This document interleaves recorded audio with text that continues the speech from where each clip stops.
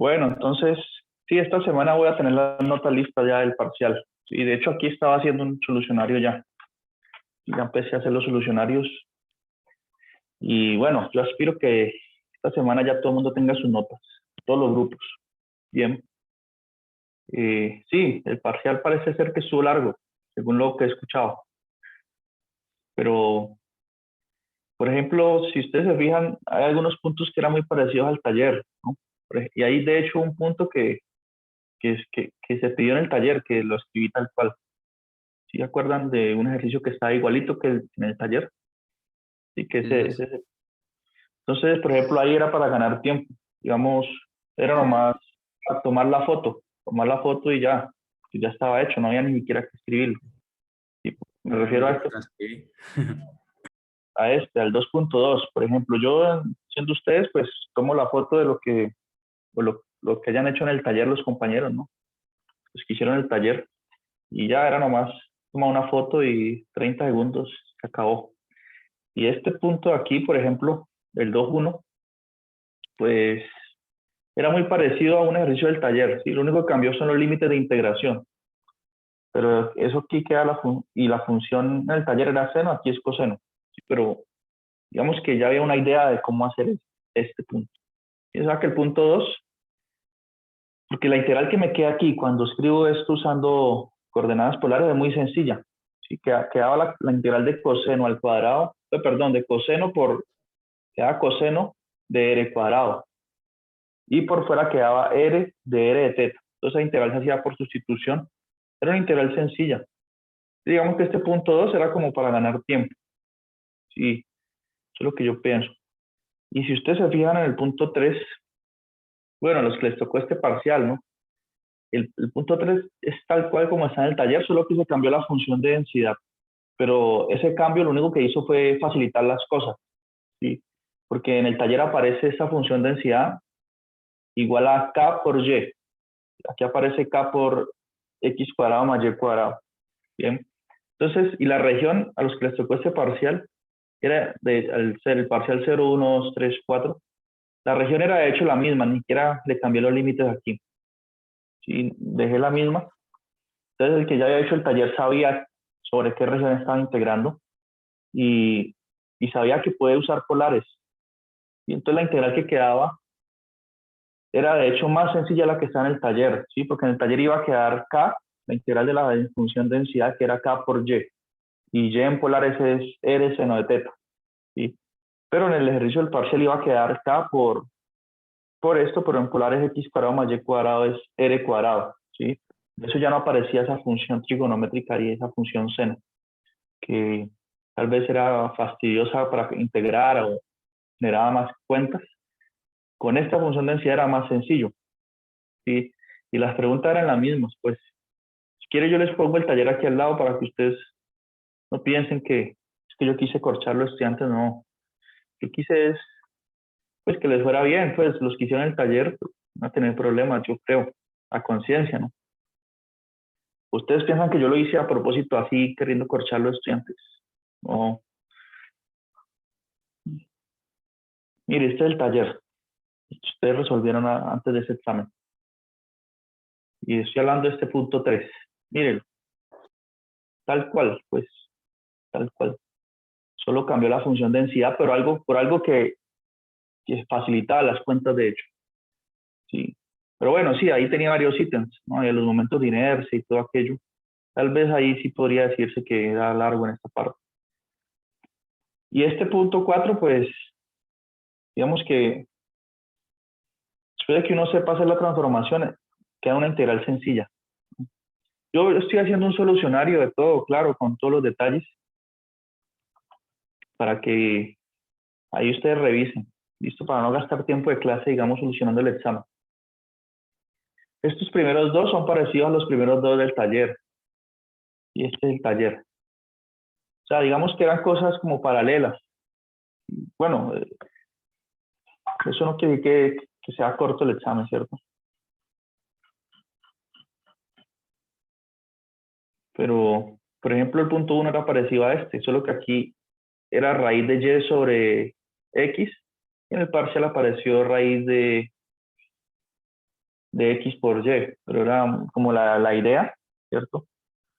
Era como la misma. Igual ese punto, con el punto del parcial, como que la misma idea, como que hay es una parte de una circunferencia que se interpreta con una recta, entonces hallar esa intersección o simplemente usar polares y ver cuál es el ángulo que tiene que abarcarse para generar esa región. Y por ser una recta y igual a x, ese ángulo es de 45 grados, ¿sí? O sea, era pi cuartos. Pero bueno, si podemos hacer lo siguiente, que en el próximo examen sí sea más corto, o sea, que sean 2 o 3 preguntas y que el parcial dure menos tiempo también, 1 hora y ya, una especie de un quiz, ¿sí?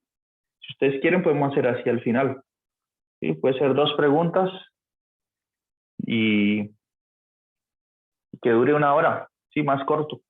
Si ustedes quieren, ¿qué les parece así entonces? Sí, 2 preguntitas, digamos. Vamos a estudiar campos vectoriales. Digamos, se le da un campo vectorial, probar que es conservativo, o se le da un campo, probar que ese campo es conservativo y luego hallar su función potencial. Primera pregunta. La segunda pregunta podría ser calcular una integral de línea, ¿sí? O usar por ahí el teorema de Green para hallar alguna integral. Y algo así, mucho más corto el parcial, si ustedes desean, ¿cierto? Tal vez yo ese día estaba como muy animado y un parcial muy largo. Yo tengo fe en los estudiantes que pueden hacer eso sin ningún problema, ¿cierto? Este es nuestro cronograma de actividades. Sí, hemos cumplido ya hasta aquí, estas 2 primeras semanas, ya se hizo tal cual, ¿cierto? Según este cronograma. Perdón. Y bueno, comenzamos aquí la semana 3, bien, que es la clase del 21 de junio. Entonces, aquí yo propuse 2 temas, campos vectoriales integrales de línea, pero creo que yo he sido demasiado ambicioso. Hoy vamos a ver solamente campos vectoriales, bien, porque estos 2 temas son densos y no alcanzamos, es como ver la sección 15.1 y 15.2 en una clase, que es mucho. Podríamos hacer una introducción más bien a integrales de línea, pero creo que lo más seguro es que hagamos solamente campos vectoriales. Bien. Y bueno, la próxima clase dice campos vectoriales conservativos, independencia de la trayectoria. Bueno, aquí sí podemos ir un poco más rápido. O sea, la próxima clase estudiar integrales de línea y campos conservativos los vamos a estudiar hoy.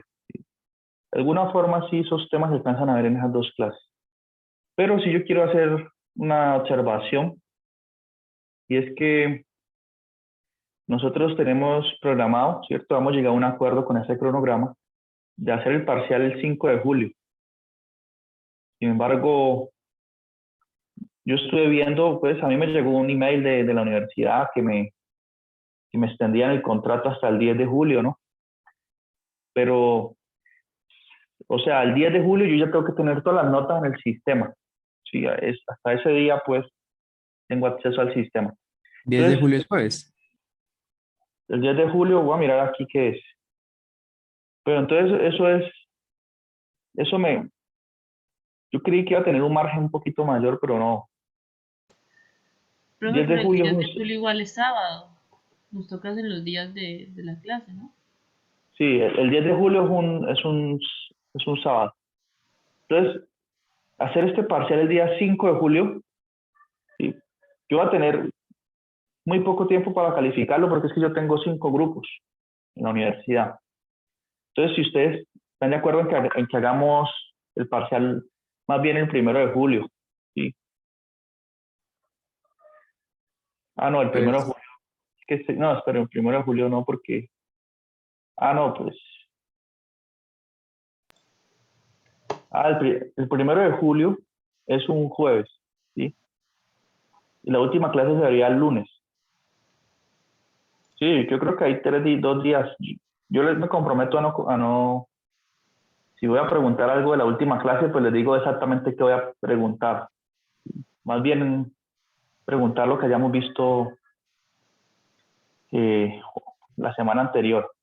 pero hacerlo como el 1 de julio, ¿sí?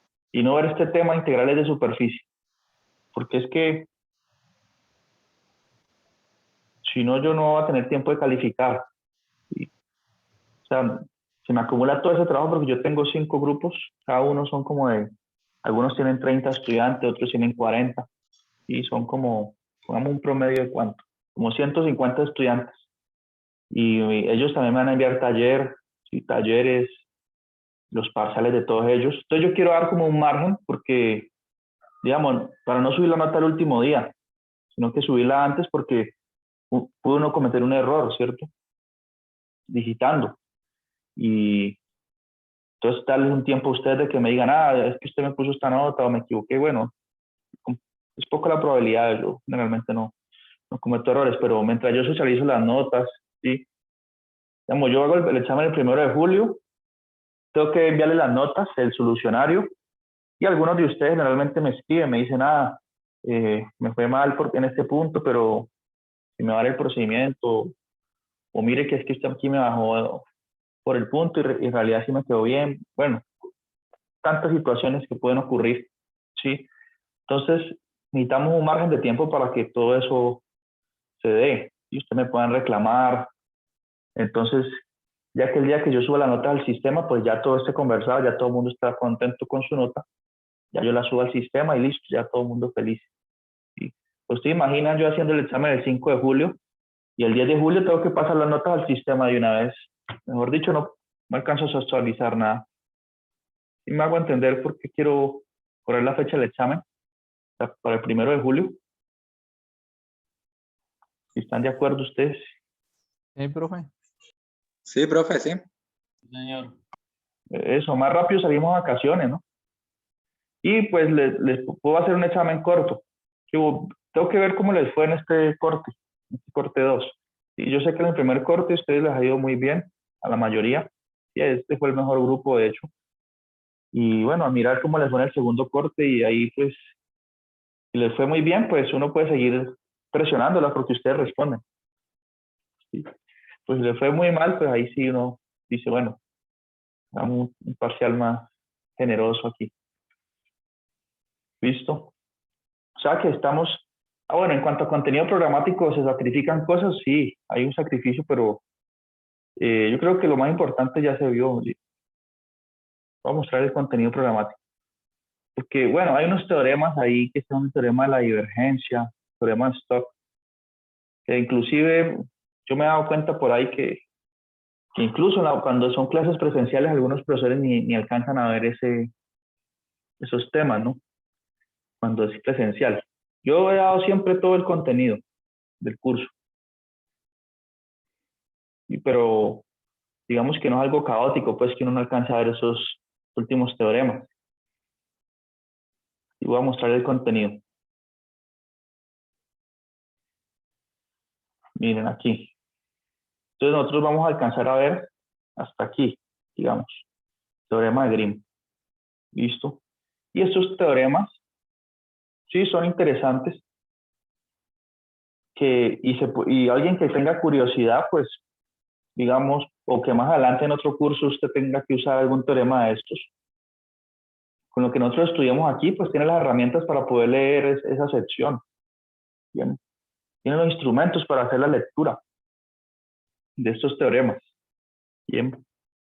Entonces tampoco es algo caótico, pues que no alcancemos a ver estos últimos temas, ya que se han dado las bases y las herramientas para que quien quiera o quien requiera más adelante estudiar esto, pues lo pueda hacer sin problema. Bien, porque ustedes saben, fueron 4 o 5 semanas más o menos del cese de actividades y realmente están recuperando casi que menos de 2 semanas, ¿no? Aunque bueno, tener en cuenta que en el transcurrir del semestre normal, pues siempre hay unas semanas que son de parciales y en esa semana no se ve clase. ¿Sí?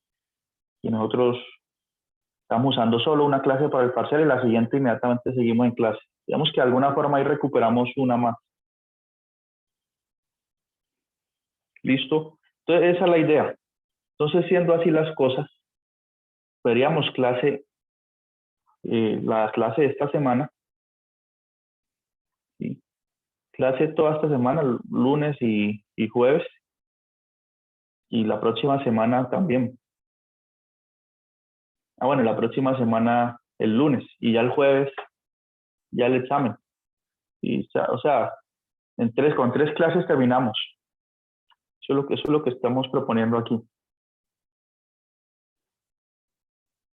Sí, también habrán horarios de asesoría también. Pues con tal de que no haya ningún tema crudo en el parcial, pues no hay problema con que sea más acá. Y con que haya un tallercito para guiarse. No, la metodología es la misma. Un taller para guiarse y basado en eso el parcial. Y va a ser un parcial más corto. Y 2 preguntas quiero proponer, con alguna tendrá ítems, pero el mismo ejercicio. Entonces tenemos esta semana y la mitad de la otra de clase y ya.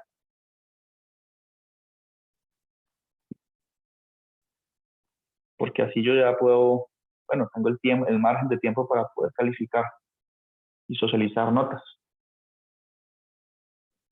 Bien. ¿Quién se opone a este cronograma así?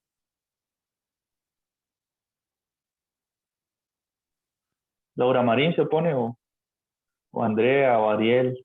¿No? No, profe, estoy de acuerdo. Siempre para el parcial no sea tan extenso como el de este corte y el segundo. ¿Cómo? ¿Que en el parcial qué? Que sí, que yo estoy de acuerdo con que hagamos el parcial el 1 de julio, pero que no sea tan extenso como el del segundo corte. ¿Será que me pasé o qué? Con ese parcial.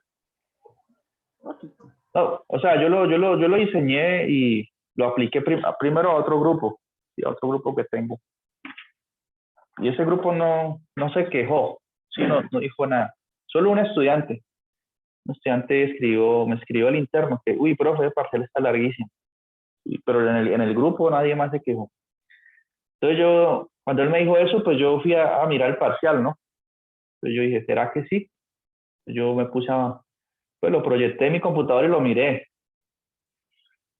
Y lo miré así, dije, uy, tiene hasta 2 páginas. Pero entonces yo dije, no, pero es que ya no puedo hacer nada, porque es que si ya le hice el parcial así a otro grupo, y de hecho ese grupo que hizo el parcial de primero, les ha ido muy mal, es el grupo que más mal va, y de los de cálculo multivariable que tengo. A ellos les fue pésimo en el primer corte. Y ellos fueron los primeros a recibir este examen así tan largo. Yo dije, bueno, pero solo se quejó un estudiante y ellos les fue los que más malas notas tuvieron. Entonces yo dije, bueno, no, ya nada que hacer. Sí, como que está largo, Nosotros, pero pues está largo, pero ya se lo hice así a un grupo, entonces para no ser injusto, pues ya todo el mundo con el mismo parcial, así de largo, y cambiando algunas cositas, pero sí, cierto, como que me sobrepasé. Como yo los veo a ustedes que son tan pilosos, yo dije, no, eso lo hacen un momentico, entonces, ¿cierto? Es que de mi parte creo que la más larga era como la tercera, porque tocaba hallar esto, tanto de la masa como los momentos tanto en X, Y y después el centro. Creo que esa era como la más larga de mi Sí, parte. sí. De hecho, yo ya empecé a a hacer los solucionarios, ¿no? Y yo estoy colocando un cronómetro aquí. Ya resolví el uno. Ahorita, hace un momento antes de comenzar la clase, resolví este ejercicio. Y puse cronómetro a ver cuánto me demoro. Y así voy a calcular el tiempo. ¿Cuánto se demoró en ese? Me demoré como 4 minutos en este, con gráfica y todo. Eso es un teso, profe. Entonces voy a hacer voy a cronometrar el tiempo a ver cuánto uno se demora. Sí. Voy a hacer este yo no lo he hecho, yo sé que está en el taller, inclusive está aquí. Yo lo hice, pero, o sea, cuando lo puse en el taller lo hice, pero como dicen por ahí, un cálculo de servilleta, ¿no? Yo miré, yo lo vi en el taller, en el libro y me pareció como interesante. Entonces lo hice, pero en borrador, ¿sí? Analizando la región de integración. Y, pero no hice todas las cuentas, ahorita las hago a ver cuánto me demoro. Y yo veo que me demoro demasiado, pues haciendo todo el parcial, pues yo tengo en cuenta el tiempo y Voy a usar una métrica que no les quite tantos puntos, pues. Bueno, más preguntas, observaciones. ¿O está todo ok? Profe, ¿y si va a dejar taller para cuándo va a ser? Voy a ver si lo diseño hoy mismo, en la tarde. Listo, el taller del tercer corte, para que ustedes sepan también una vez cómo va a ser el parcial y listo. Y para que ganemos tiempo. Bien, hoy mismo voy a diseñar eso.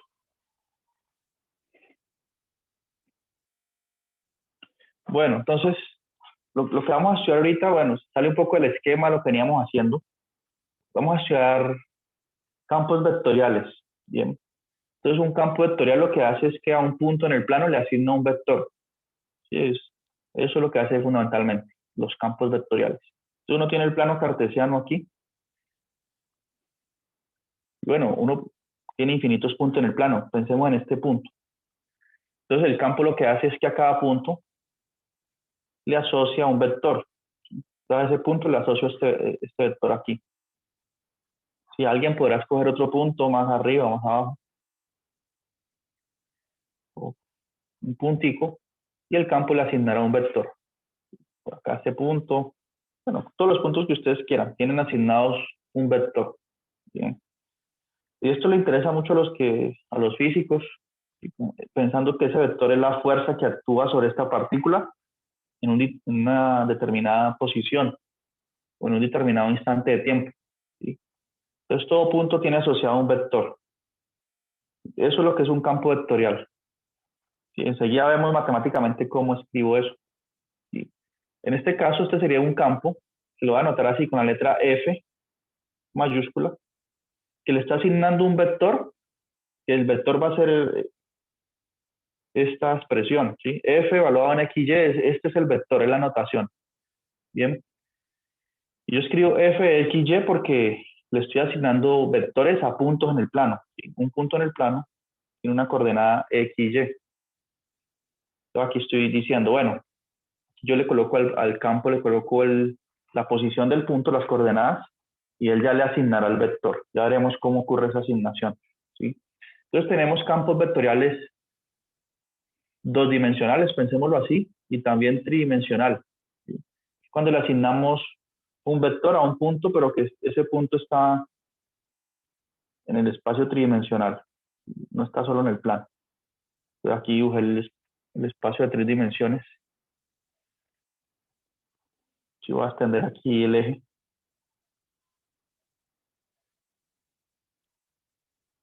Los ejes para ver el efecto 3D. Entonces pensemos en un punto por acá. Entonces el campo a ese punto pues también le asigna un vector y será un vector también tridimensional. ¿Listo? Y bueno, el vector sale desde el punto. Y así a cualquier otro punto en el espacio tridimensional se le asigna un vector. ¿Sí? Entonces en este caso, como es tridimensional, el campo se describe así. F mayúscula de X, Y, Z. ¿Eso qué es? Es el vector que se le está asignando a este punto, que se supone que tiene coordenadas X, Y, Z. Listo. Entonces sí, para analizar fenómenos en el que un cuerpo o una partícula está siendo sometida a alguna fuerza, pues se requiere este concepto, ¿sí? De campo vectorial. Bien, por eso lo vamos a estudiar. Muchos fenómenos tenemos, digamos, muchos fenómenos representan campos vectoriales. Por ejemplo, la corriente del río. Si miramos un río, si vemos que está la superficie del río y aquí la parte más profunda. Vemos que lo miramos de lado. Entonces, es común que en la superficie, digamos, la corriente del agua no es tan fuerte. ¿Sí? Es que no sea tan fuerte significa que la corriente se le puede asociar un campo así de vectores pequeños. ¿Sí? Y a medida que analizamos o vamos a una profundidad mayor en el río, la fuerza de la corriente aumenta. Listo. Entonces, hay mucha más fuerza y eso lo indicamos con un vector un poco más largo, mayor magnitud. Acá la fuerza es grandísima. Entonces, en un río tenemos en realidad un campo vectorial, ¿sí? Un campo de flechas. ¿Listo? O cuando tenemos un tanque lleno de agua y lo vaciamos, ¿sí? para lavarlo, para hacer cualquier otra cosa. Tenemos este tanque lleno. Y por acá tienes el tapón para drenarlo. Entonces, cuando uno abre aquí, empieza a salir el agua, se define un campo vectorial de corrientes de agua dentro del tanque, que va a tener más o menos esta forma. El agua empieza toda a irse hacia acá.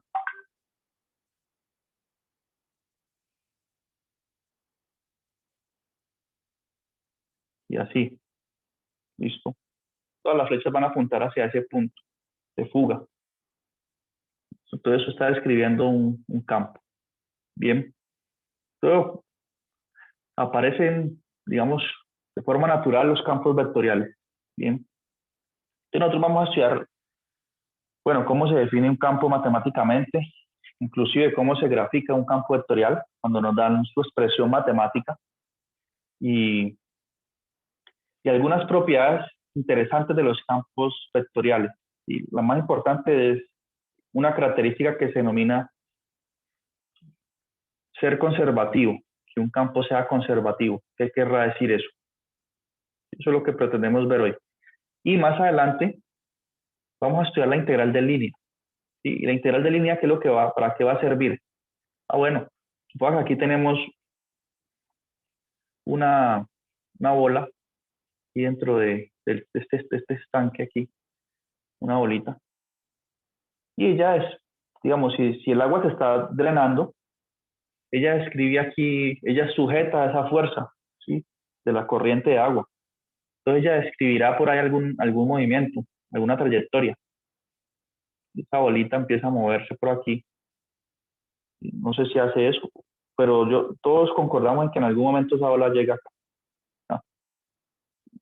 Porque ahí donde está, hacia allá es donde apunta el campo o la corriente de agua, ¿sí? Entonces esa bola describió un movimiento. ¿Listo? Digamos que ese movimiento es una curva C. Bien, entonces nosotros estamos interesados, por ejemplo, en saber cuál fue el trabajo que realizó la corriente de agua sobre esa pequeña partícula aquí, sobre esa pelota, ¿sí? Cuando ella describió ese movimiento. Entonces, el trabajo, nosotros sabemos que trabajo, en términos físicos, es fuerza por distancia, ¿no? Trabajo es fuerza por distancia. Entonces, nosotros vamos a tener que determinar el trabajo que realizó la corriente de agua en cada momento sobre esa pelota. Entonces, ¿qué trabajo realizó en este instante? Luego, cuando la bola estaba por acá, preguntarnos qué trabajo realizó ahí la corriente de agua. La flecha ya tal vez apuntaba hacia más abajo. ¿Y qué trabajo realizó ahí? Entonces, en cada instante de tiempo o en cada posición, la corriente de agua realiza o le aplica una fuerza a esa pelota, ¿sí? Entonces, yo quiero saber cuál fue el trabajo total que realizó para desplazarla desde el punto inicial hasta el final, hasta acá. Sí, entonces eso se calcula mediante una integral de línea. La integral de línea se representa así: integral C del campo por ds. Entonces es importante cuál fue la trayectoria que siguió la partícula y sometida a este campo F, que es este conjunto de flechas. ¿Listo?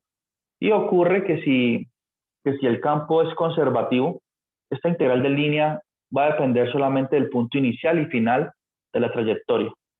No va a importar de cuál fue el movimiento que hizo, si subió y bajó mucho o poco, eso no va a importar. En caso de que el campo sea conservativo, ¿no? Solo va a depender del punto inicial y final. Entonces, a la final, o en definitiva, esto se va a parecer mucho al teorema fundamental del cálculo, ¿no? Si uno haya la antiderivada de una función, y lo evalúa en el extremo superior y resta cuando lo evalúa en el extremo inferior. Entonces aquí va a pasar lo mismo. Uno va a encontrar una función potencial f minúscula, tal que ese integral va a depender solamente del punto final, menos f evaluado en el punto inicial. ¿Sí? Donde esa función f es una función de dos variables, de tal modo que el campo es igual al gradiente de f. ¿Sí? Porque el gradiente de f es un vector cuyas componentes son, el primer componente es la derivada de f con respecto a x y la segunda es la derivada de f con respecto a y. Entonces el gradiente de f tiene que darme el campo. El campo es un conjunto de flechas, entonces el campo genera vectores. ¿Sí? Entonces, en términos generales, eso es lo que pretendemos. ¿Sí? Enseguida hablo exactamente de esto y esto. ¿Sí? Es una introducción apenas. Bien, eso es un campo vectorial. Entonces ahorita sí, vamos a ver cómo se define matemáticamente un campo. ¿Sí? Ya sabemos más o menos que cómo es su gráfica, las ideas que trata de capturar, fenómenos físicos. Ahorita vamos a la matemática y al lenguaje. Entonces el campo, un campo f de x, y, va a ser igual a ¿qué? Pues este campo al punto x, y le va a asignar un vector. ¿Sí? Entonces ese vector tiene dos componentes. La primer componente va a ser m de x, y, es una función de dos variables que va en la primera entrada del vector. Entonces coloco aquí y más. La segunda componente va a ser una función de dos variables. Y como es la segunda componente, j. ¿Listo? O eso también se puede escribir así. Solo que es más común usar la notación ij. Y donde i es el vector de entradas 1, 0. Y el vector j es el vector de entradas 0, 1. Recuerden que estos vectores son los vectores canónicos de R2 que forman una base, de hecho, ortonormal. Una base ortonormal de R2. No sé si alguien aquí ya vio álgebra lineal o todos se acuerdan de estos vectorcitos o no. ¿Qué es lo mismo que decir pues esto? Que el campo es un vector cuya primera coordenada es una función m que depende de x, y su segunda coordenada es una función n que depende de x, y. ¿Sí? Esta es la descripción de un campo, o sea, esta función, esta notación, esta función, define un conjunto de flechas en el plano. Si quiere hagamos un ejemplo concreto, un ejemplo más bien. Aunque aquí una observación, de ahora en adelante yo no voy a escribir f mayúscula de xy igual a m xy más n xyj. Simplemente uno va a escribir así. Piense que f es el campo. Cuando uno se refiere a un campo, dice f es igual a mi más nj. Simplemente así. Para no escribir todo el tiempo xy. Bien. Entonces, un ejemplo concreto de un campo. Un campo vectorial. Y grafiquémoslo, inclusive algunos puntos, algunos vectores. Entonces, pensemos en este campo que está en el libro, de hecho, este ejemplo. Para que quien quiera mirar la gráfica completa de él, lo puede hacer más adelante. f de xy igual a menos y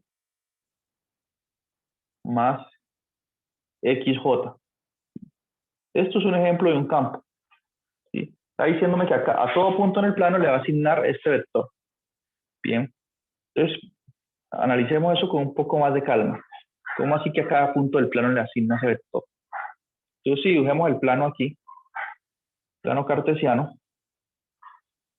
y evaluemos ese campo en un punto, por ejemplo, f evaluado en el punto 1 en x, 0 en y. Y veamos qué vector se le asocia a ese punto. El punto 1, 0. El punto 1, 0, aquí está 1 en x, 0 en y es ahí mismo. Es este punto. ¿Sí? Entonces, según la definición y lo que les he dicho todo el tiempo es que el campo le asigna un vector a un punto. ¿Sí? En este caso, pues ya tengo el punto, ya lo localicé, miren. punto 1, 0. ¿Cuál es el vector asociado a él? ¿Cuál es el vector que le va a colocar el campo? Entonces veamos. Por definición acá, el campo es menos y, pero y en este caso vale 0, entonces sería menos 0 y más xj, pero x vale 1, entonces más 1 j. ¿Qué vector es este? Si lo escribo en la otra notación, es el vector 0, 1. Y, o sea que a este punto de aquí se le va a asociar este vector 0, 1. Ustedes dirán, bueno, ¿y cómo grafico este vector? 0, 1, ¿cómo así? Entonces, recuerden, como uno a partir de un punto tiene un vector. Grafiquemos este punto primero, 0, 1. 0 en X, 1 en Y. Este está por aquí. ¿Sí? Entonces, uno tiene dos formas de ver esto. O lo ve como punto o lo ve como vector. Si lo veo como punto, 0, 1 es este. Pero si lo veo como vector, ¿el vector cuál sería? El que sale del origen y llega a ese punto. ¿Sí? Como vector. ¿Listo? Entonces, ¿qué estoy diciendo aquí? Que al punto 1,0 le estoy asociando el vector 0, 1, este azulito que dibujé aquí. Y ya sabemos que apunta hacia arriba y su magnitud es de largo 1. ¿Sí? Entonces vengo y lo coloco aquí. Digo, a este puntico le asigné este vector. ¿Listo? Y así puedo continuar viendo a qué vector se le asigna a los otros puntos. Por ejemplo, ustedes podrían verificar que a este punto de coordenadas 1, 0 se le va a asignar un vector así. También de longitud 1. Y al punto, por acá está el menos 1, 0, se le va a asociar este vector. Y por acá el punto 0, menos 1, se le asocia a este vector. ¿Sí? ¿Cómo sé eso? Bueno, porque ya vi el ejemplo, pero ustedes pueden hacer las mismas cuentas. ¿Qué vector se le asocia al punto de coordenadas 0 en X, 1 en Y? A este ya hicimos las cuentas con este, que es coordenadas 1, 0. ¿Qué vector se le asocia a este punto que es de coordenadas menos 1 en X, 0 en Y? ¿Y qué vector se le asigna a este punto de coordenadas 0 en X, menos 1 en Y? Y la asignación se hace tal cual como hicimos aquí. Por ejemplo, podemos borrar de aquí encima y cambiar los numeritos. ¿Listo? Y ver qué se le asigna a cada punto. Por ejemplo, hacia aquí coloco, si quiero ver qué se le asigna al punto 0,1, pues coloquemos aquí 0,1. Entonces, en este caso, pues, X vale 0, entonces coloco X aquí, que vale 0, y Y vale 1, entonces aquí queda menos 1. Entonces tengo el vector menos 1, 0. O sea, que a este punto se le asigna el vector menos 1, 0. ¿Y este vector cuál es? Ubico el punto menos 1, 0 en el plano, que vaya aquí, aquí. Entonces es el vector menos 1, 0. Entonces a este punto se le asignó ese vector. Ahí quedó. ¿Sí? Entonces, de hecho, este campo vectorial es como una especie de remolino. A medida que voy aumentando el valor de X y Y, él va a ser así. Por acá va a ser vectores más grandes, por acá sí, por acá sí. Es una especie como de remolino. ¿Listo?